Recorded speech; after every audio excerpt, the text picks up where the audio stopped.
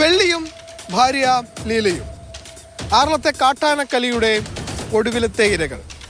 വന്യജീവികൾക്ക് മുന്നിൽ നിസ്സഹായരായി പോയ ഒരുപാട് പേരുടെ കണ്ണീര് വീണ മണ്ണാണ് ആറളത്തേത്.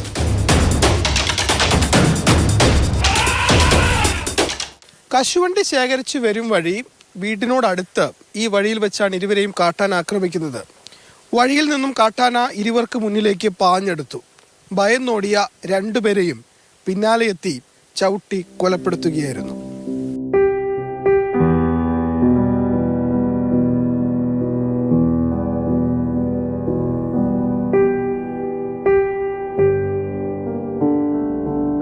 ആന നിൽക്കുന്ന അതുങ്ങൾ കണ്ടിട്ടില്ല, ഭയങ്കര കാടല്ലേ. ഇതുങ്ങൾ ആനന്റെ ഒറ്റ കേട്ടു. ആന അവര് പൈതി വരെ ഓടി, എന്നിട്ട് ആന വിട്ടിട്ടില്ല. അവരൊന്നിച്ച് തന്നെ ഓടി. പിന്നെ രണ്ടാളും പോയി, ഒന്നിച്ച് തന്നെ പോയി.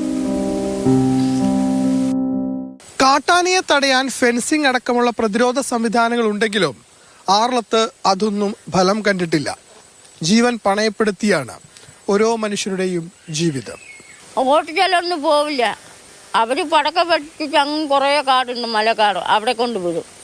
ഇവര് മതിൽ കെട്ടിച്ച് തീർന്നിട്ടില്ല.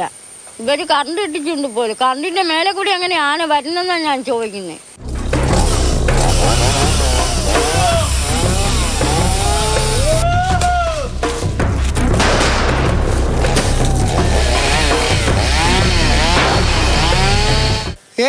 ഏക്കറിലേറെ വരുന്നതാണ് ആറളം ഫാം. ഇതിൽ 3500 ഏക്കറാണ് ആദിവാസികൾക്ക് പതിച്ചു നൽകിയത്. ഇവിടം ഇപ്പോൾ കാട്ടാനകളുടെ വിഹാര കേന്ദ്രമാണ്. രാത്രി നമുക്ക് ലൈറ്റ് വെട്ടം ഉള്ളത് കൊണ്ട് മാത്രം ജീവിച്ചു പോകുന്നതാണ്. അല്ലെങ്കിൽ പുറത്തേക്ക് ഇറങ്ങുമ്പോൾ 7 മണി കഴിയുമ്പോൾ നിങ്ങൾ പുറത്തേക്ക് പോവില്ല. അത്രയും പേടിയാണ്.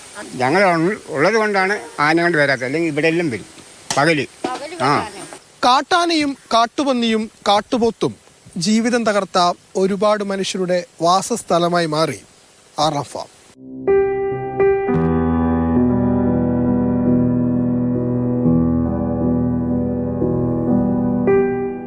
മനസ്സമാധാനത്തോടെ വീട്ടിലൊന്ന് കിടന്നുറങ്ങണം.